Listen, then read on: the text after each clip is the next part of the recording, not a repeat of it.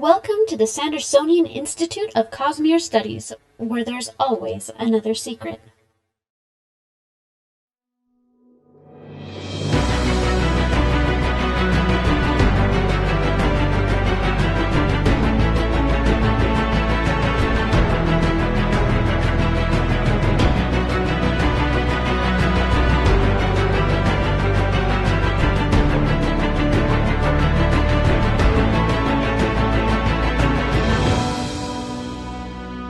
Welcome back, Sixers, to another episode of the Sandersonian Institute of Cosmere Studies. This is episode 154. Today is January 29th, 2024. I'm Bill, and I'm joined, as always, by my lunatical co-hosts, Amy and Jordan. Welcome. Hello. Before we get heard, is lunatical a real word? Well, it's the adjective form of lunatic. Okay, that's what I thought. I just wanted to be sure. Before we get started, we want to remind you that the Sandersonian Institute of Cosmere Studies is not a spoiler-free podcast. That means if there's something in the Cosmere that you haven't read and you're worried about hearing spoilers, you might want to head over, read that first, then come back and join the discussion. Tonight, we are going to be discussing another of Hoid's stories, which we enjoy so very much. This time, we are going to be talking about the tale of Mishim, the Clever Moon, from Oathbringer. Mm-hmm. For those of you who listen to the podcast recordings or watch the videos on YouTube after the fact, we do want to remind you it's possible for listeners to interact with us live via chat as we record each episode at www.youtube.com/Cosmere Studies. We record episodes every other Monday night, starting at 7:30 p.m. Pacific Time, 10:30 p.m. Eastern, so please join us and take an active part in the discussion. The show is made possible by the support of our listeners and patrons. It will, of course, continue to be free, but if you want to help us out, head over to patreon.com/Cosmere Studies. Even pledging a couple bucks per episode really helps us out as we continue to work to improve the show. Patrons get immediate access to our Discord channel where you can talk about the show and the Cosmere with other listeners. We've got a great community over there, awesome people, lots of fun discussions. And you also get early access to bonus episodes, exclusive access to other bonus content, and other good stuff. This week, we want to thank our newest patron, Aaron R. Thank you so much. You are amazing, and we appreciate you. Guys, it's been a week. 2 weeks, since our last episode, but it's been like this last week has just been a week. So, it's a very organized week for you. Organized? Yeah. Your kitchen. That's true. That's part of why it's been a week. I actually hired my niece to come and organize my kitchen. She's actually a professional organizer, so she came in and she pulled everything out of the cabinets and the pantry and put it all back in. So now I don't know where anything is, but I can find it. So, and I actually got rid of a whole bunch of stuff. Yeah. I think you're burying the lead here. What am I burying? Where I discovered that your niece is a witch. How is she a witch? Well, okay. So Bill had these things of like a Starburst Skittles, and I watched her. She like picked up the bags, looked at them, and I just see her then look at the various like containers, and then she pours both the bags in, and it filled perfectly up to the top. And she's a witch. Either that, or she would clean house on any of those games where it's like, count the number of gumballs in the container. She would destroy. She literally just cleaned house. Yeah, it's true. So, the other reason it's been kind of stressful is a couple of weeks ago I had somebody come to deliver and install a new dishwasher. And we discovered that there was a lip underneath the dishwasher that made it so that any dishwasher except for the brand that I got would fit. Oh, no. And so they took the old dishwasher, they left the new one, but didn't install it, and said they'll come back and install it after I have removed the lip, because it was like there was a plank in the air. It was all sorts of weirdness. So we went in, we pulled up, we cleaned it out because there was also a dead mouse under there, which that was fun. But that's something we figured out like months ago and cleaned out. So that's and not by dead mouse, he means the actual rodent, not the artist. Yes, not dead mouse. Anyway, and so we cleaned it out. We got rid of the plank, and now there's a space for the dishwasher to go, and they will install it on February 6th. So right now I have a dishwasher just sitting in the middle of my dining area. I was wondering what it was because I could see it in the background. I was like, what is that? Oh yeah, that's What is it? that's my dishwasher. It doesn't go there normally. But there was something very good about this week as well, as Jordan can attest, because I have conquered a new smoking challenge, not smoking of like smoking of meats. I made homemade bacon from scratch. I bought a pork belly. I cured it for a week and a day. I pulled it out. I smoked it for 6 hours and pulled it out of the smoker and fried it up in a pan, and it was absolutely delicious. So now I have 10 pounds of bacon. So A lot of bacon. yeah, it's a lot of bacon. But it's good bacon. Amy, do you want some bacon? I'm sure my children and my husband would love to consume the bacon. Well, if I see you anytime soon, then I may have some for you. Yeah. No, so at my house we've been doing a lot of reading at my house, and I need to take a picture of it. But my son is reading Read On, which is the Cytoverse. My daughter started Elantris, and I finished Defiant. So finally, all three of us were reading Sanderson. It was nice. Awesome. She picked Elantris all on her own. It wasn't me. She picked it. So very cool. I don't understand what Chad is saying. Sounds like a new Patreon goal, Bill's Bacon. Oh, what? Getting Bill's Bacon. Getting some bacon from you is a new... Or buying you? For bacon? A goal? Maybe if we hit a certain goal, maybe he'll have to bring it to Dragonsteel. If we hit a certain goal, maybe I'll start an enterprise. Oh, man. Baggins Bacon. I think the Tolkien estate might fight you on that one. Maybe. We'll see. Okay, well, let's move on to announcements. So, Jordan, how is the push to 3,000 going? Actually, last 2 weeks were very good for us. First of all, got a lot of new followers. We're up to 921, so that's an addition of 12, which is a lot for a 2-week period. Awesome. Anytime you grow by 1% over 2 weeks on YouTube, it's really good. Because, small gains type of thing. Indeed. They add up. But more importantly, we are now back above 90%, 90.5%. So to you all in chat, whatever you're doing it well. Keep it up. We appreciate you. We're going to get there. I can feel it. Awesome. Another announcement for our next episode, which would normally be in 2 weeks on the 12th. We're actually going to be recording that a day later than usual. So that will be on Tuesday, February 13th. Same time, 8:30 p.m. Mountain Time, so 7:30 Pacific, 10:30 Eastern. Yeah, we're doing that because I'm going to be out of town. I'm going to be celebrating my mother's 80th birthday. And so, yeah, we really...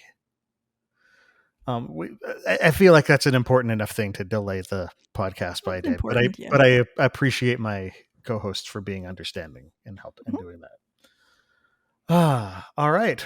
Well, from there, let's move on to the Cosmere Thing of the Week. Jordan, you have the Cosmere Thing of the Week this week, don't you? I do. Took me longer to find it than I like, because apparently it was further back than I thought. But we have some pixel art that was made by Richie Wordy, which you can see it there visually. It's a pixel art of Yumi and Nikoro, and I'm a sucker for pixel art. And so I found this and said, yeah, this. I love it. I always love pixel art. And this is cute. It reminds me of, did you ever play the game Flashback on the SNES? I don't think I've heard of it. Oh, it was a great one. What about A Different World? Are you just making games up? It was called Out of This World in like one of them. Had one name in the EU and one name in the US. Oh, see, I don't know. Well, in both instances, I don't know what you're talking about. Excellent games, but the stylized art is very, very reminiscent of that. It also kind of gives me Monkey Island, Guybrush Threepwood. That I was going to say, it makes me think of Monkey Island a little bit because my sister played that. Now that you say that, I see that. But no, I love this. It's cute. He really nails Nikaro's slouching posture. Also, paintbrush. Oh, for any of our listeners who happen to be Final Fantasy XIV players, they just announced a couple weeks ago the new class that's coming out in the next expansion, and it is Pictomancer, and you wield a giant brush. And I'm just like, there are going to be so many people stealing the names Nikoro or Painter or trying to get whatever they can. Rakane or any of those, the other painter names, yeah. Just trying to play all of the because there's a surprising amount of crossover. I've seen Stormblests and Lightweavers and all these different Cosmere. So you're saying people that like fantasy want some the fantasy final in kind their fantasy, also like Brandon Sanderson, huh? They want to put some fantasy in their fantasy. Pretty hot take. Yeah, surprising. Yeah. So, but no, I really like this. So good find, Jordan. Right. All right. Well, let's move on to Sanderson news because Brandon is back from his travels, and so he's got some updates for us. Stormlight 5 3.0, that version, revision, whatever it's called, is at 15%, and he is targeting the last day of March to finish that.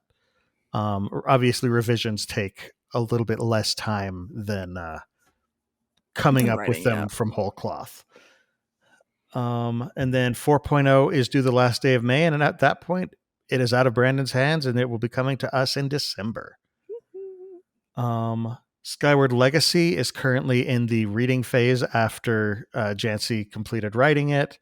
And then there will be updates, of course. And once that starts happening, he'll start giving us more being numbers again. So Jordan and Amy, do y'all remember the games that were going on at the con this year? Yes. So Jordan was particularly proud of his what's it called? Delver. His Delver Eye placement.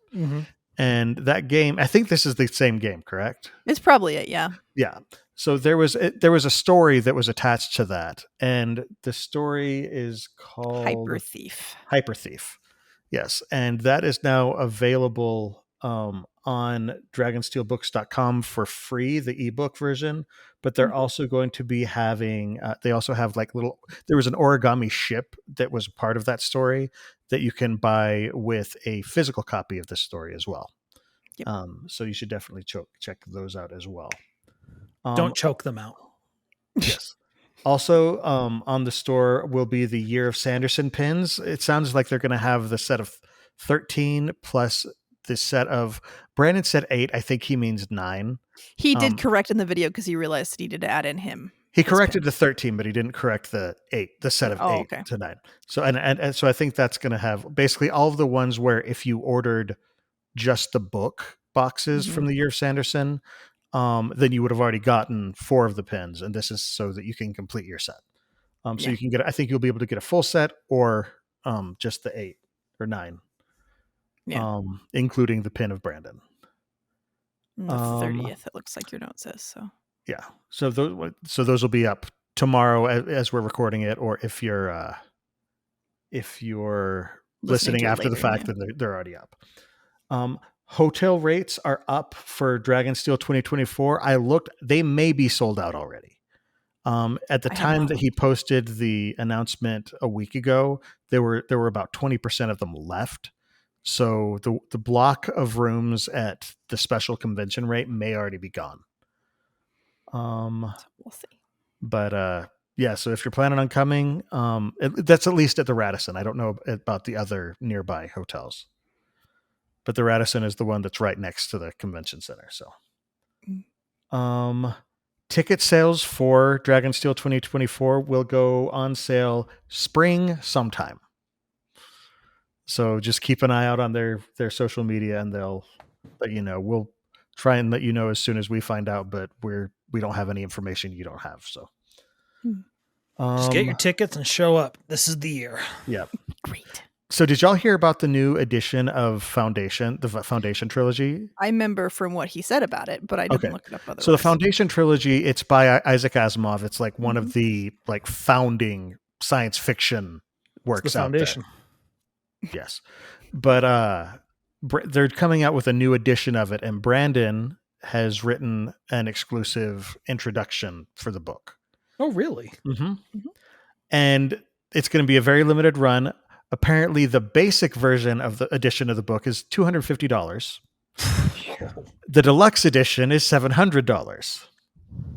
So if you are looking to spend a whole lot of money, send it our way. But if you have more after that, then buy Foundation. I back up Bill's proposal. I'm not going to add anything to that. Just let it go. Hopefully they do. Now, on the opposite end, if you're looking to save money on books, Barnes & Noble, I think it might be too late for this, unfortunately. But because I think this was on the 24th through 26th of this month. So unfortunately, I think we missed this. But Barnes & Noble had a promo for pre-ordering Wind and Truth for 20% off. And I didn't see the timing, but Indigo Press in Canada has a similar deal. I don't know if it's already over or when it's happening, but they're doing a promo of The Sunlit Man, and it'll be 30% off for a pre-order that's Canadian. I think is where they said Indigo Press is often. Mm-hmm. Yeah, it's a pretty good price. Yeah, I mean 30% off. That's nothing to sneeze at. So, and that is it for the most recent weekly update we've got. There will probably be one tomorrow if you're listening live, and so that means we're a week behind because that's just how this happens. I miss having it on Mondays, but I totally get the reason why they changed. Brandon's team needs their rest. I understand. Yeah. Grumble. Okay. So let's move on to the main discussion, shall we? Yes. Indeed. Okay, so with the story of Mishim, before we dive into it, I want to point out that this story was actually told twice in the book. Once very, very poorly and awkwardly by a Sigil who was trying his best.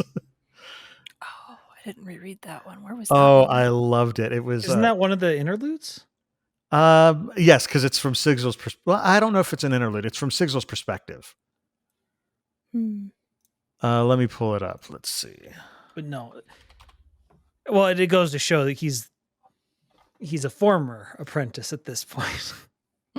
He was never a master at the storytelling part. Mm-hmm. Sigil's better at knowing the lore than telling it. Although, to be fair, following up Hoyd's version is a bit unfair. Yeah. First of all, Hoyd's cheating with magic. So yeah. So the first time it shows up was in chapter 35, First Into the Sky. And that's Sigil trying to encourage Kaladin as Kaladin's trying to figure out how to handle leading Bridge 4 as they've become the Windrunners and are developing everything. And it's just because, and this is where Sigil starts talking to Kaladin. He's like, here are all the logistical questions that we need to ask. And Kaladin starts getting overwhelmed. But it's just so fun because you see Sigil, he's trying his hardest. And he's just like, so there's a moon and it's clever. And that's why they're all blue. And, and it's just like, he's mixing up the story and not doing it right, but it's so wonderful. And he gets frustrated because, Hoyd/Wit pronounced him a full world singer. And he's just like, I can't even tell a story. It's sort of like drunk history. Uh-huh. Oh, I love how Sigil is written because, like I said, he's so very earnest. He's doing his absolute best. He's trying. I'm a fan of people trying their hardest. Mm-hmm. And then poor Kaladin's just like, wait, why is there who's blue? What's going on? It's like, and there's a reason behind this? And he's like, it's yes. And yeah, there have been times I've tried to explain stories to my husband and he's like, okay. He's like, well, you're supposed to figure out what the meaning of the story is for yourself. That he does it so much better than I do it. Oh, I love it. But that's one of the references we get to Sigzil being one of Hoyd's apprentices. So you get the story twice, yeah. Mm-hmm. But you notice with the girl who looked up, we had something similar, where we had the story told once, and then later it was told by Wit, and proper way, yeah. He told it properly, and suddenly, oh, there's so much going on here. Mm-hmm. So, a lot more emotion at the end of that one than this one. Indeed. Yeah. But yeah, so in the new one, again, it's Wit with Shallan, which, again, one of my... as soon as the two of them are together, I know something very good is going to come. And she's looking like Vale at the time, so she's surprised that he even recognizes her, but he does. Well, you notice she comes up and sees him telling stories, and he's looking around, and then he looks at his bag and is kind of shocked. And we find out later it's because there's a vial of sand in there that is partially lit up. Pointing towards her. Because he has a detection thing set up with the Taldean sand. Which it's interesting because he could do that anyway if he wanted to with just burning bronze, but as been talked about by Brandon, he says allomancy is loud in investiture terms. And so you can't really do it covertly. Well, and you remember this is while they're in Kholinar. Yeah. Where the screamers come if any sort of investiture is used. Yeah, you gotta be careful. And so you got to be covert, but which also tells you whatever smoke thing he's doing, that's pretty quiet too. Well, the smoke thing, I believe, is what's the Yolish light weaving. We think. I mean, it's the same sort of thing that he does in Warbreaker. Yeah. And I believe that is Yolish light weaving. Because she recognizes that it's like light weaving, but she's like, but it's smoother. It does this. It's not quite the same. And she's kind of like, how did he do that? Yeah. And I don't know. I almost get a feeling that the Yolish magic is obviously older, and so I wonder if the Screamers can't even tap into it or recognize it as much. Maybe. Well, light weaving itself is also quiet. Like she's like you said, she's disguised as Vale at this point, as opposed to when Kaladin stuck something to a wall, the Screamers came immediately. Like right there. Yeah. Yep. Which is interesting, just the idea of volume when it comes to these things. But burning bronze, they're probably doing something of a similar nature where they recognize the rhythms of investiture. Copper would shield you in that regard. I would suspect that it would. Yeah. Or is the burning itself too loud for these senses? Or can they pierce a copper cloud? Yeah, that's how strong is the sense? I don't know. I kind of, with the volume thing, like saying that this magic is loud or whatever, it kind of makes me think of how they were even talking. I think it was Capsule with like way back when was talking about the whole like the waveforms that kind of came out from different like vibration patterns, and I almost picture it that way in my head to kind of make it make sense. I also suspect that even within allomancy, different metals have different volumes. I mean, because like if you remember, some of the metals burned faster, pewter and adium, for example, and others took longer. And copper is one of the ones that took longer. So I think there may be some correlation between that. And I could see that being a part of how the mist inks who can go break through and sense that. Would that be, is that copper? No. Bronze. Shoot, I am so bad at remembering which ones do which. But yeah, the bronze mistings would maybe sense the different wavelengths or whatever else. He actually, there has been words of Brandon that said bronze mistings would be able to perceive the rhythms of Roshar. Yes. So that's kind of interesting. And and somewhat similarly, because like you said, there's a cadence to it. There's a frequency, a beat. They could feel the rhythm. They could feel the rhyme. It's bobsled time? No. Indeed. I don't think there's bobsledding on Roshar. I know. I was like, I don't think there's bobsledding there. Oh, you know there is in the peaks. A Lethkar, they got a bobsled team. Those Horneters. Yeah. But no, I don't know. It's just very interesting because you're in the middle of this occupation. Mm-hmm. And, well, not quite an occupation yet, a siege. And at the same time, here's Hoyd, just telling a story. Just hanging out. Yeah. I'd say that there's an occupation, absolutely.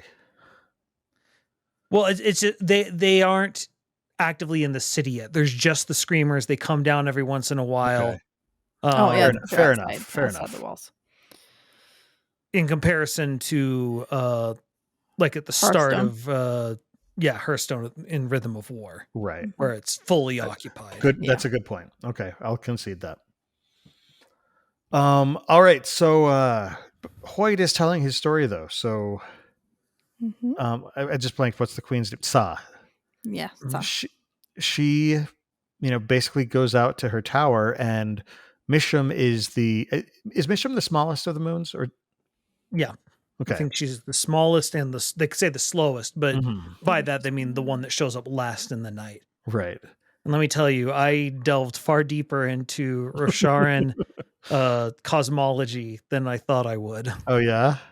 Well, so I was trying to figure out one, I thought it was weird at first because the three moons, you have Mishim, which is last, which is green.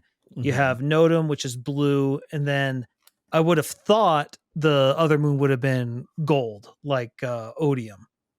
Oh, you're thinking they're connected to each of them. Yeah, but it's purple. And so, because it's weird, because we have a green one, which is cultivation. Honestly, though, I would put that as Stormlight, Lifelight, and Voidlight. Well, so the thing that was interesting, I was looking it up because Voidlight does sort of have a purple, but the way it was described, it actually sounds closer to anti-Voidlight of all things, which was weird. And someone asked Brandon about that, and he's like, there's a connection, but it's not super important. Okay. And so it might just be, it looked cool, well, one of the things he said is like, it's not like it's going to be like you get to book 7 and something happens. You're like, the colors of the moon. I'm like, that's oddly specific. What's going on in book 7? Yeah. Do we know? We didn't see the name of the other moon, did we? Nodum. It's on the cosmology thing. Noman, not Noman. Yeah. Oh goodness, I guess no. I got Nodum and Noman mixed up in my head. Because there's a part of me that's like, I don't think this is going to happen, but there's a part of me that really hopes that Noman is a space station, so you can be like, that's Noman. It's a space station. Salus is the other one. Yes. Yeah. The other thing. Notice they're all. What's the word? Symmetrical. They're all phonetically symmetrical because they are gods. So. In some of the cultures. They're divine. Yes, they're divine. Yeah. Well, so that was the other thing that was interesting. So the Shin refer to the moon as the three sisters. Whereas in Natanatan, they considered Noman to be male. Which, in this story, Tha spends the night with Noman and conceives his child. Well, and then the other thing that was interesting about this, apparently the singers refer to Noman as Honor's moon. So the singers have a connection between the shards and the moons. But the thing is, the moons predate Odium coming to this world. Okay. So, like, the other moon can't really have a connection to Odium in any creation style way. They may have just attached it because they knew there were the 3 shards, and so they're like, let's just attach them. Well, and this is just a small thing that I really like that Brandon does, is he lets there be some vagary between the different cultures. They don't all agree because they all have different religions and such. The other thing that was interesting, these moons apparently are very small in relation to our moon. There was a word of Peter Alstrom, where he was saying it's more comparable to Phobos and Deimos on Mars, which not in the shape, because those are basically just captured comets, so they're like potato shaped, but they have highly elliptical orbits, which is why they appear so large in the story. because they have these elliptical orbits, and so they pass small, far away and then close. And so what happens is when Hoyd has that line about how, these are nights where the moons really pay attention to the land of mortals, he's referring to nights where the close side of the elliptical orbit lines up with the night, so they appear huge in the night sky. What is it, the perigees? Apogee and perigee, yeah. The furthest. I think the apogee is the far point, and the perigee. Yeah. The apogee is the high point or far point, and perigee is the low point. Yeah. And so, and they're highly irregular orbits. Eventually, at some point, they're going to crash into each other, or disturb their orbits and fling one of them out or into the planet. But that's not going to be for tens of thousands of years type of thing, according to Brandon. Meaning, whenever they were set up, they were kind of set up like this. Because it would be really hard to get these highly irregular orbits and have them not mess with each other. Yeah, well, because we know that Roshar has been messed with and constructed, and like the continent that Roshar, the main continent of Roshar, it's that fractal image, and apparently that was by design. Yeah, not design the capital. It all comes down to design. Oh yeah, she's highly endearing. She's the final boss of the Cosmere. No, but the part that I love that just says, I guess nerdy people do like Brandon, was people tried to recreate this simulation in oh dang it, I have it. It's like Solar System Simulator or something. Oh, okay. And the moons just constantly threw each other, either caused a cataclysm by launching them into the planet, or they all just flew away. And they're just like, it's really hard to get this orbit. And it's sort of like, well, yeah, it's because pieces of gods were the ones that did it. So they're going to have more experience with that. Yeah. You got to have really that good brain opened up. Well, I mean, only like Sazeb was only able to do it with the wisdom of centuries of the keeper's knowledge. Yeah. Yeah. Basically the internet. Yeah. He had the internet on his arms. Just like people with Apple Watches. Indeed. Anyway. But yeah, so anyway, Saw and Mishim meet. Mishim is basically this is kind of a classic story where you have this divine being who wants to experience life as a mortal to see what the earth has to offer. Like you see it in Terry Pratchett has it in his Death Cycle, where Death takes a holiday and recruits a mortal to and it's just the same sort of thing where you have this divine being who's like, okay, what is mortality like? A lot of times, actually, in a lot of the stories, it is death. Meet Joe Black is a similar concept. The movie with Brad Pitt and Anthony Hopkins. Yeah. The episode of Supernatural where one of the twins has to take over for Death for a day. Oh yeah. But heavy episode. But it expands in a lot of other ways, in a lot of other mythologies, to just other divine beings who were like, okay, what is this whole mortality thing about? Why do people like it? What is this life thing have to offer? I mean, you have the book and the movie, The Last Unicorn, and that's put on her not by choice, but she comes away with the same lesson that Mishim does. Yeah. I have that movie, and I haven't watched it since I was probably don't watch it with people who have never seen it before, because they mock it and then make you really grumpy about it. Because I was banging on nostalgia when I watched it in college again, and people were like, well, this is dumb, that's weird, and I'm like, it's absolutely cheesy and weird and wonderful. And the tree. I already saw the parody. That was that Gravity Falls episode. Anyway, but so she wants to experience life, and so she's just sort of like, hey, Queen Saw, you wanna trade? Swap me? Yeah. You wanna trade? We could swap. It'd be great. And she said, Wayne, go back into your own story. It's interesting how she tries to be sneaky about it from the very beginning, rather than just saying, hey, just I want to swap. Let's do this thing. Mm-hmm. But yeah, so she comes back 3 different nights in a row offering all sorts of different possibilities. Hey, you incentives, can. And then finally on the 4th night, she's just like, oh, look, there's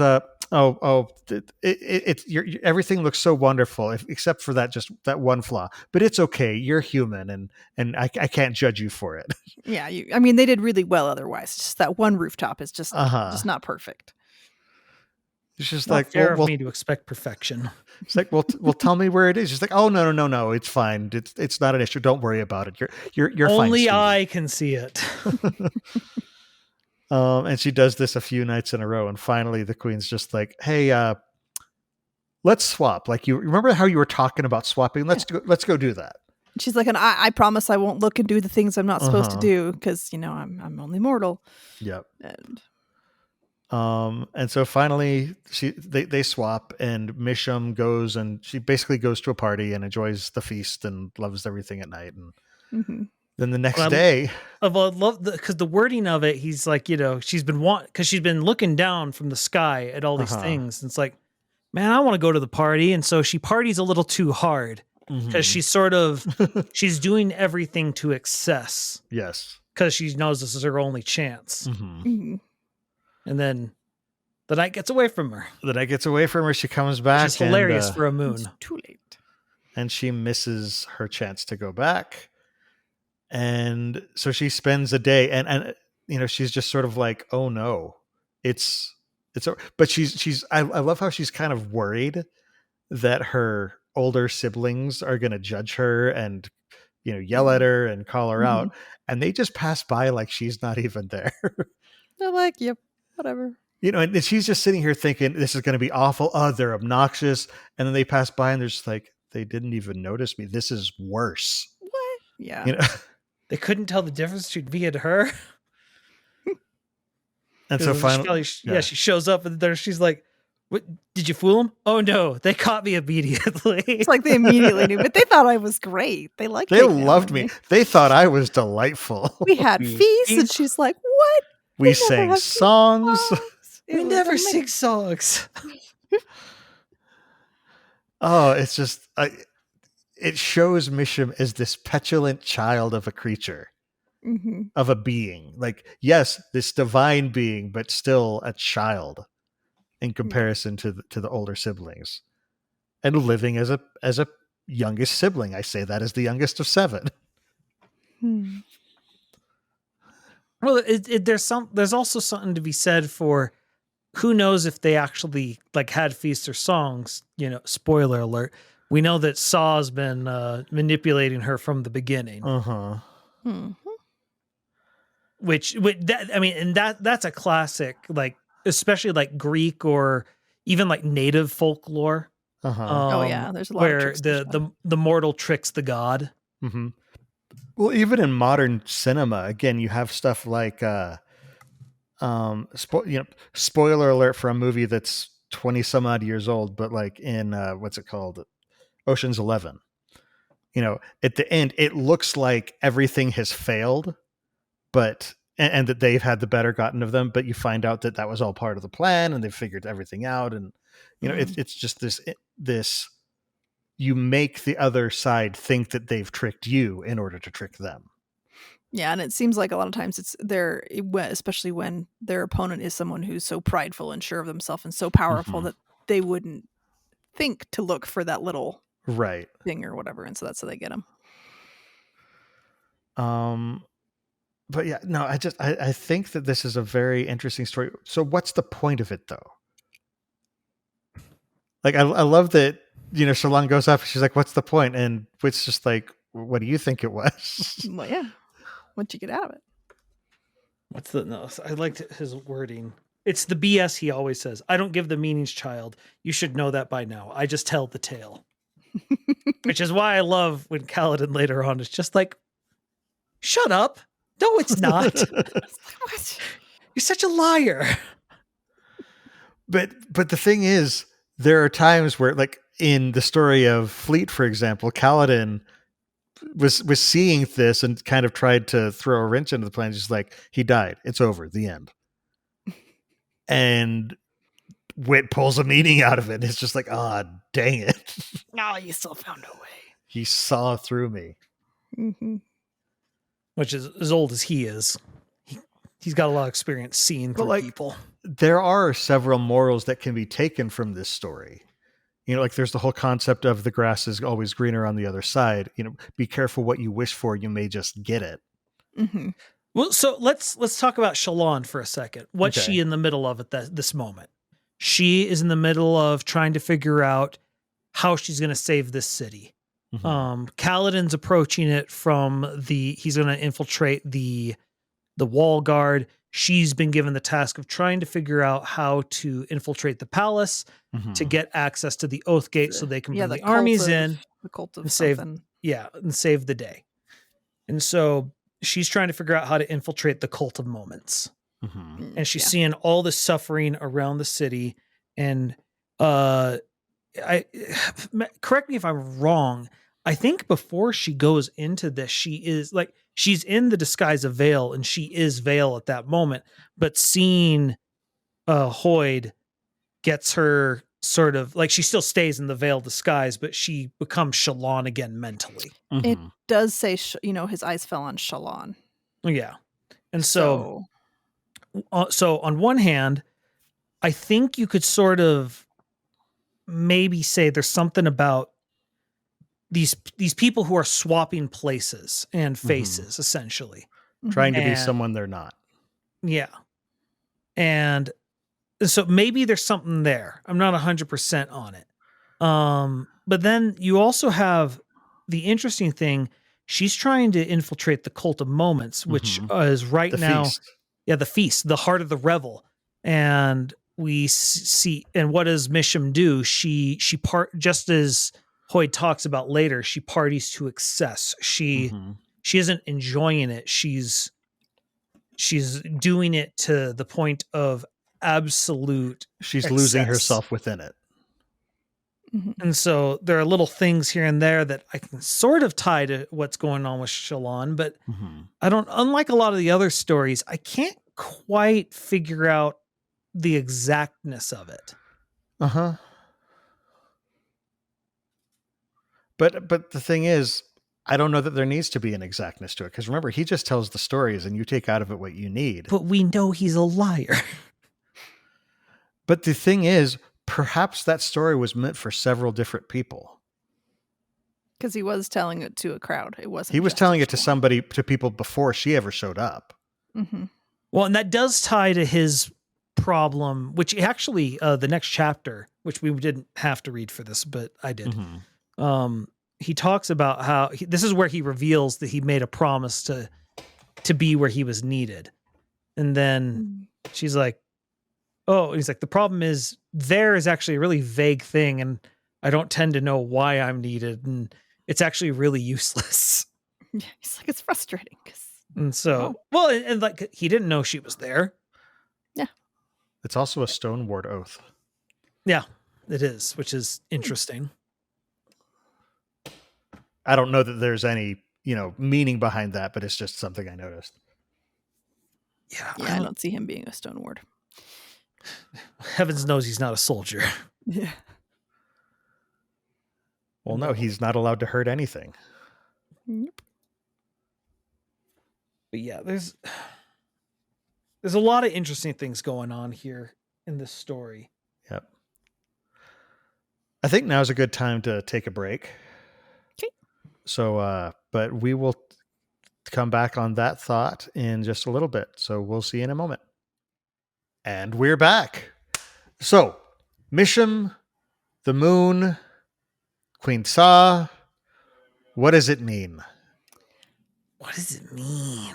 So, I almost feel like it probably, even if it's not the main purpose of it, but a purpose of it is to kind of tie it in with how like a lot of different cultures on Earth and different things like that will use origin stories, kind of like this one for the Natan people. But they'll say like, oh, because we have these traits, they come from this mixing, and just like different things like that. And so like I almost wonder if it's Brandon doing his own spin on it, but for it's definitely at least that. at the minimum. Because well, I mean, beyond that, I'm not sure, but I do like how it feels. I don't know any other origin myths, or however you want to put them, myths of creation, that line up exactly like that or anything, but it just kind of still has that feel to it, which makes it feel more in-world and more relatable that way. So. I was thinking, because it's definitely, like I said, it's definitely at the minimum that.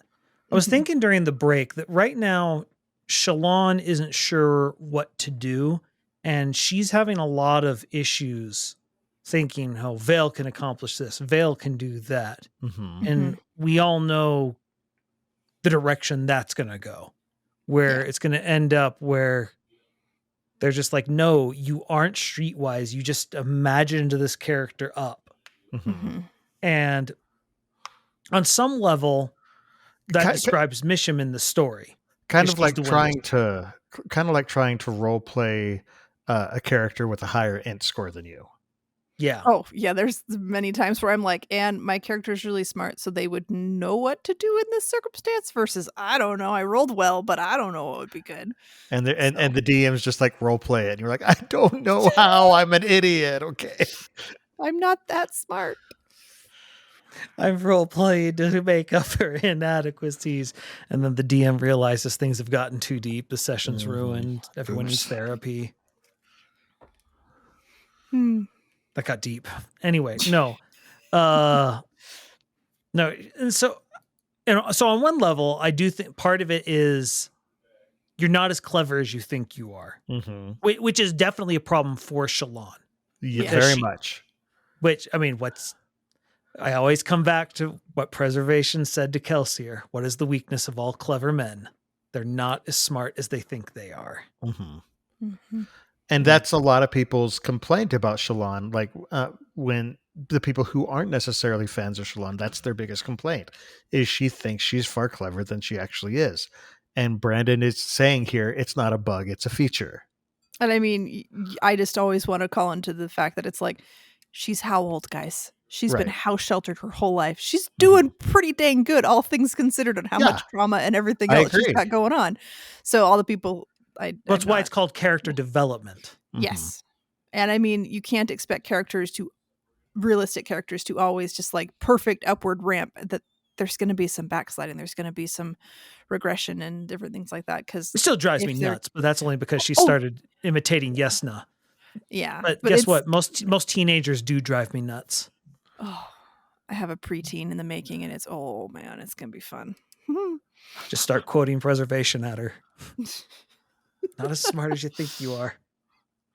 Oh man. But no, and so I do think that some of it's that, but then there's also this piece that she's struggling with where she doesn't quite know what to do, because all she knows is like, okay, I have to get up there. I have to get to the control room. This Cult of Moments thing is going around. What is this thing? And on some level, what does Queen Saw do? She infiltrates the heavens. And how does she do it? She does it by letting them trick her. Right. Yeah. And that's kind of what she does. Exactly. It's not a matter of, you don't knock on the door and say, let me in, let me in, let me in, let me in. You basically just like, you leave indications that they want you in, but you act like you don't want in. Yeah. And so, because what she ends up doing is she starts stealing the interesting food because everyone else is on like lavish rations. Yeah. And so she starts breaking into like rich people's houses and stealing their meats and stuff and making a big spectacle until they ask her, bring some of your food. So, so it's one of those things. I think it's one of these things is with the Kaladin stories, they're a little more direct to Kaladin's problem, but I think that's also that's who Kaladin is. He's kind of a direct guy.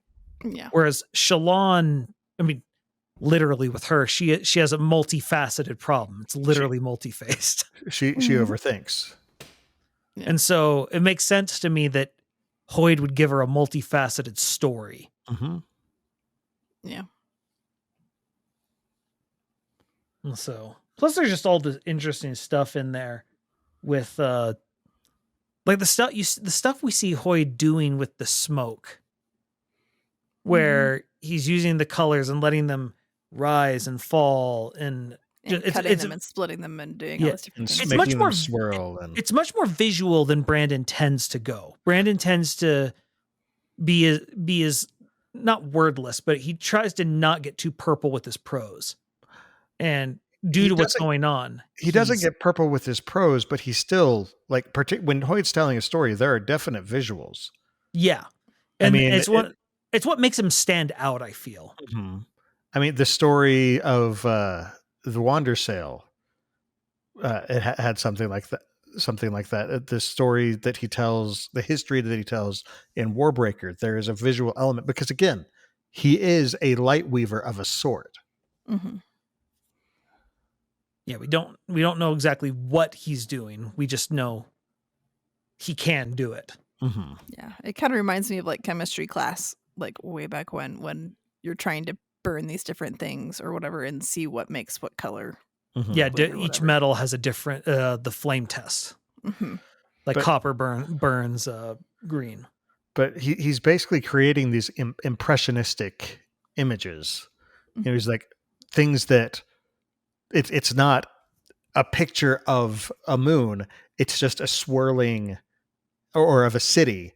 It's just a flat plane of smoke with some rising spires that brings a city to mind. Mm-hmm. Like you notice Shallan actually says, you know, it's like, and rising tendrils, a city ?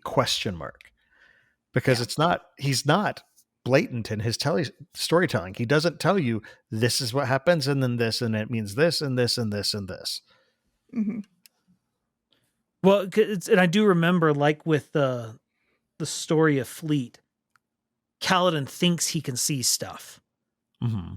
He's not sure if he's actually seeing it or not, which I think more is telling both Hoyd's skill as a storyteller and as if it is indeed the Yolish light weaving he's doing, like his skill with it and how subtle he can get with it. Mm-hmm. I mean, heavens knows he's had long time, centuries to practice. Right. Mm-hmm. You know. Well, and I suspect he was already pretty good at it before. So yeah. Other than Yumi, no one else got as much practice time with their skill. Yeah. She had a lot of time. But and so it's just one of these things that it's you can tell Brandon he has a different voice he uses for when Hoyd is telling a story. Mm-hmm. And that voice gets a lot more descriptive than he normally goes to. Yeah. And it's one of those things that I don't think I appreciated it until, we're now going through these things again and again. It's like, it's really starting to stand out to me, especially in comparison to like his action scenes, where what he actually does is he tends to cut down on the description to make things feel more cinematic and cut. Yeah, it's punchy and because if you slow down and have lots of description, then it slows down the action and the. But and here it works because she literally is slowing down, and it's slowing down in a time of the story that's actually quite tense, and so it's that contrast that really makes this part of the story feel very different. It's a breathing moment. Boy, this thing is a breath because things go out of hand real quick after this. Mm-hmm. Yeah. No, I think the pacing of this story and the placement of it is excellent. Well, then the other thing is I love the voice that he uses for both Mishim and Saw as well. Like, they talk very different than other stories Hoyd tells. Because it's this very... Saw's talking very flowery and respectful towards the moon. But even things like, the Natanatans favor Nota or her other two siblings, but they're too polite to say such things.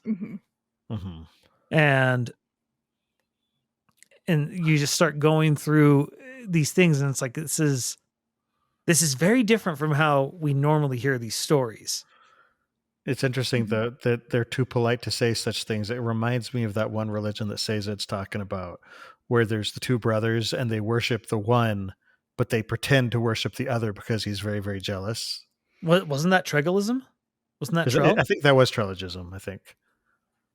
Yeah. I actually, in the Stormlight Archive RPG, I don't remember if I made up or if I found it, but I have my Edge Dancer kind of in a religion like that where she, I think the Edge or the Pure Lakers do like only praise one sibling. That's what it was. It wasn't. Yes, It wasn't. yes. It was theirs. It was that. But it was very, very Trelegist. That there's like one deity sibling set, and they outwardly worship one of them who is the vengeful one, but they inwardly worship the other one. That's right. That's right. But they don't outwardly do it because they're worried about the vengeful one coming after them. So yes, I do remember that. I couldn't remember names, but I remember that detail. These books are big. Please forgive us when we forget stuff. There's lots of info. So, but I do remember that. But I think that also happened. Like, I think that was one, because I remember thinking there was a parallel between that religion and Trelegism. I think it is still Trelegism. It could be, yeah. Could be. I mean, I think it's yeah. He does talk about a lot of different religions in the Mistborn series. So. No, I'm fairly certain that it was Trelegism that I was thinking of, but this religion of the Pure Lake parallels it very, very much. Another thing that was interesting, at the start of the story, Mishim's first tests, like trying to get her to switch with her, she's trying to tempt her up. And it's like, oh, look at, if only you could see this thing. It's like, yeah, that's a shame. And on some level, you almost wonder if, like, it's Queen Saw trying to show that, respect, like, this could be a test. And then once Mishim's like, okay, this isn't working. Let's instead go for the trickery, the vanity angle. Like, there's something wrong. It reminds me of I recently watched Dirty Rotten Scoundrels, and what's his name? Michael Caine's character at the very beginning. You see him swindling all these different corrupt women to steal their money, and throughout the whole thing, they offer him aid, and he denies it. He's like, "No, I can't take it. No, I can't take it." And finally, he consents to their aid, which, seals in, oh, this guy's totally genuine because he had the opportunity to take exactly what he wanted. And it prevents them from coming after him later or having regrets. And it's just sort of it's the same sort of confidence play. Yeah. Of make them come to me. I want you to ask me to take your money. Well, and then on top of it, I love Mishim not realizing, like, when she finally gets back and she starts hearing a song, she's like, what is that song? What's that about? And then a few months later, she then sees she has a glowing blue child, and she's like, she was trying to get a divine child the entire time because she knows they worship my brother. Yep. Yeah. And it's one of the, I love, she doesn't say anything. Just like they both sort of know. Yeah. But we're both too polite to say anything. It's like I got to go have my party and you got to have a kid. You got your holy child. Your holy heir, yep. According to their religion, which would be, I mean, it's like to lead, to lead our country into prosperity, blah, blah, blah. Which, from the perspective of a ruler, it's like, you actually did a really good job there. You secured the people's safety and, prosperity for multiple generations. That's actually really good job leading. Yeah. You also secured a divine right to rule. Yeah. True. Which is also a big thing traditionally. It's much easier with the Alethi, where they believe that might makes right. Like, well, if I wasn't blessed, I wouldn't have beat you. So obviously it's supposed to be me. Yep. It's like bad precedent to set, but really consistent. Yeah. Trial by combat. It's like when Kelsier played in the cave where he pit Damu against the other guy, and he made it totally look like rigged it. Well, yeah, he totally rigged it, but he played on their faith and made it look like, oh, there is something divine that is helping him in this fight. He used it in a similar way. Yeah. Well, Well, it's in true Kelsier fashion, it was 100% sincere and cynical at the same time. Mm-hmm. Yeah. Oh, man. It's like, man, religion's really good at motivating people. How can I gotta get some of that working for me. And so he sacrifices himself. Yeah, that's the thing I always get hung up on with him. It's like every time I think like, man, how selfish. Then I remember he literally got himself killed for his cause, not knowing what it was. And it's like, that's dedication. Mm-hmm. He's complicated. He's very, very complicated. But no, the back to Mishim. Sorry for bringing Kelsier into it. No, one of the other things that was interesting, I'm trying to find it. It was here. This is Mishim saying, surely when Nomon rose, he would lash out against her foolishness. Yet Nomon passed without comment. Finally, Sa rose in the sky, and Mishim called to her, Queen Sa, mortal, what has happened? I just love mortal, like trying to remind her of her place. My siblings did not call to me. Did you somehow go undiscovered? No, Sa replied. Your sibling knew me as an imposter immediately. And I just love this idea that she's there. It's this twin worry. On one hand, did they literally not recognize the difference between myself and a mortal? Or wait, no, did they figure, like, she's literally afraid of both. Yep. Both bad options, yeah. Either they're glad to not have me there, or they didn't know the difference. Either one's not really good. It reminds me of like when I was little and I would go into my room and sulk, because I'm just like, I'm taking myself away from them. They don't get to have me around. And then nobody came to get me. I'm just like, don't they want me? But I want to be wanted. What's wrong? Yeah. One of the worst things to be is both small and loud. Not a good combo. I don't know. Babies handle it pretty well. They also have the cute ratio on their faces and their bodies. Yeah. That's a big factor too. Which is why it goes back to why are teenagers annoying? They are far out of that cute range. They're now at that range where their limbs are too long for their body. They're oily.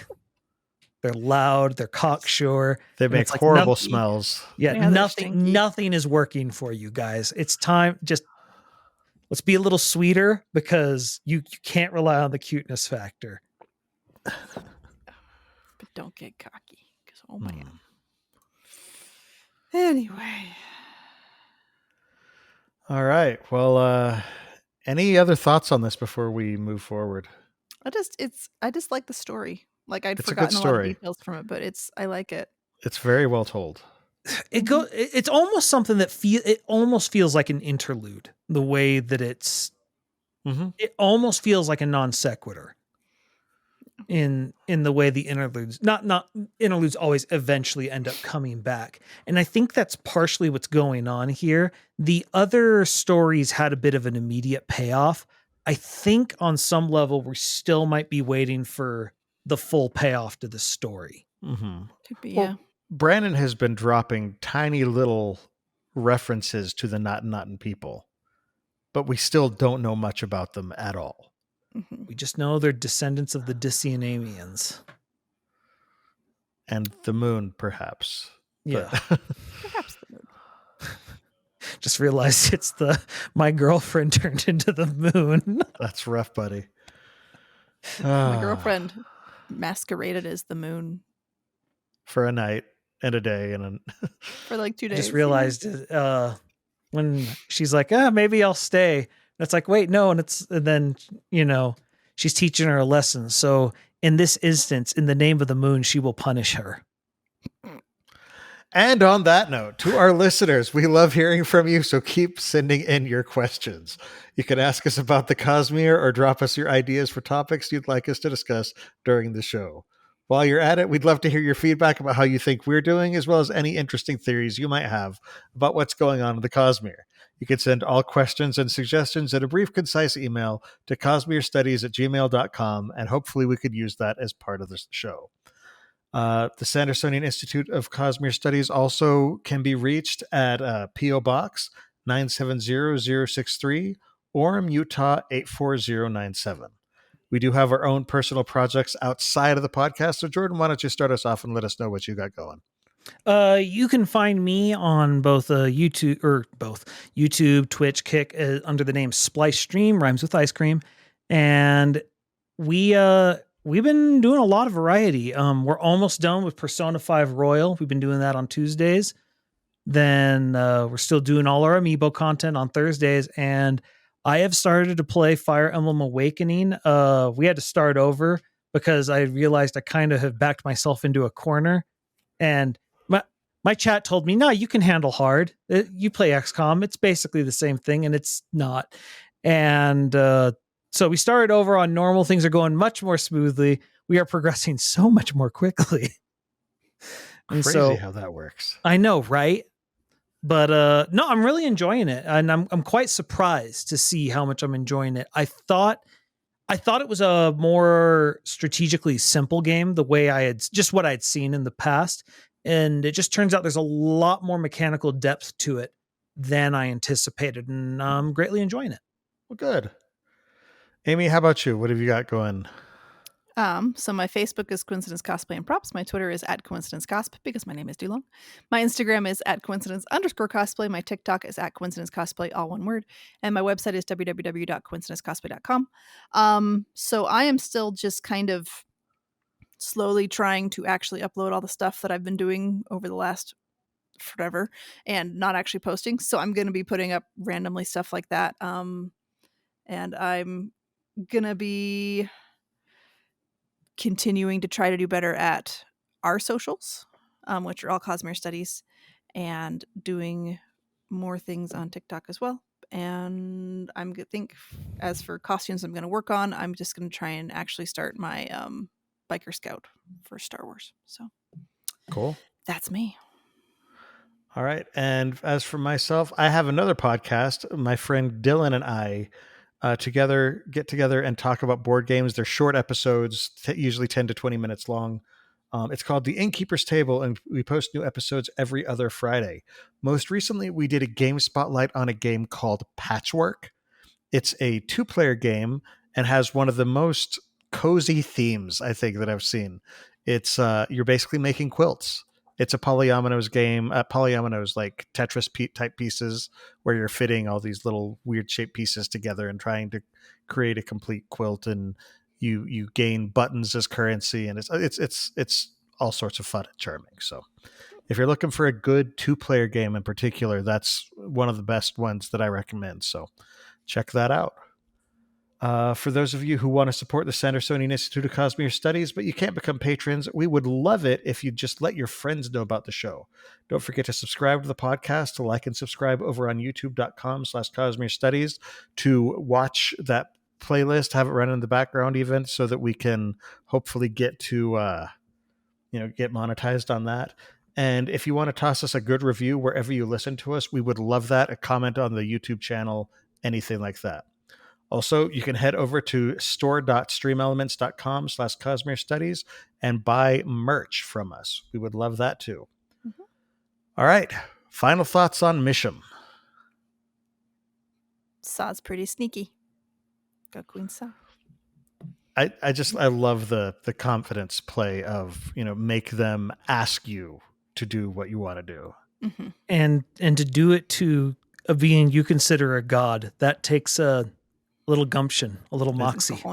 Indeed. All right. Well, in addition to the live episodes of the show that stream on youtube.com/Cosmere Studies every 2 weeks on Monday nights at 7:30 p.m. Pacific time, 10:30 p.m. Eastern, listeners can find our videos on YouTube or audio versions of the podcast on Apple Podcasts, Spotify, and just about any other service that carries podcast by searching for Cosmere Studies. You can also follow us on Twitter, Instagram, TikTok, and Facebook under the profile @Cosmere Studies. For our next episode in 2 weeks and a day, it's time to start preparing for the conclusion of the first arc of the Stormlight Archive. Book 5 is coming out in December, so we're going to be going back and doing a reread of The Way of Kings, and over the course of the next year, we'll be doing rereads of each of the other Stormlight books. So make sure to join us for the first discussion in that series when we stream it live in 2 weeks and 1 day on Tuesday, February 13th, 2024 at 7:30 p.m. Pacific Time at 10:30 p.m. Eastern at www.youtube.com/Cosmere Studies. Until then, on behalf of Amy, Jordan, and myself, thanks for listening, and remember, there's always another secret.